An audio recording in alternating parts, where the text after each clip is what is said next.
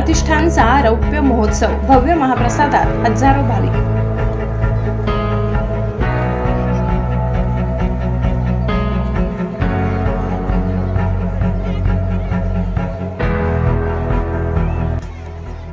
आई सप्तशृंगी प्रतिष्ठान पदयात्रा सेवा समितीच्या 25व्या वर्धापन दिनानिमित्त भव्य महाप्रसादाचे आयोजन करण्यात आले।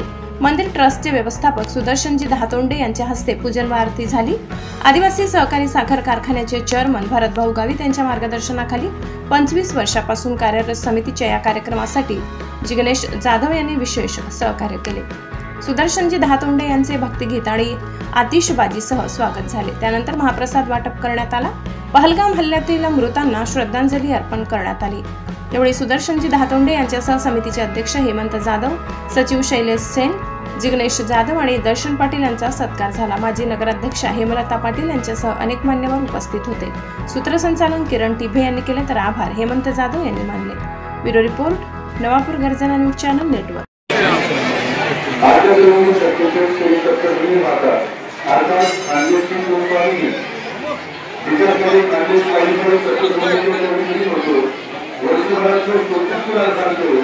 आणि सावित्रीला सुखदुःखाचा प्रसाद म्हणून सुखाशीर्वाद म्हणून परत घराकडे येतो त्या श्रद्धेला सगळ्यांनी नमन।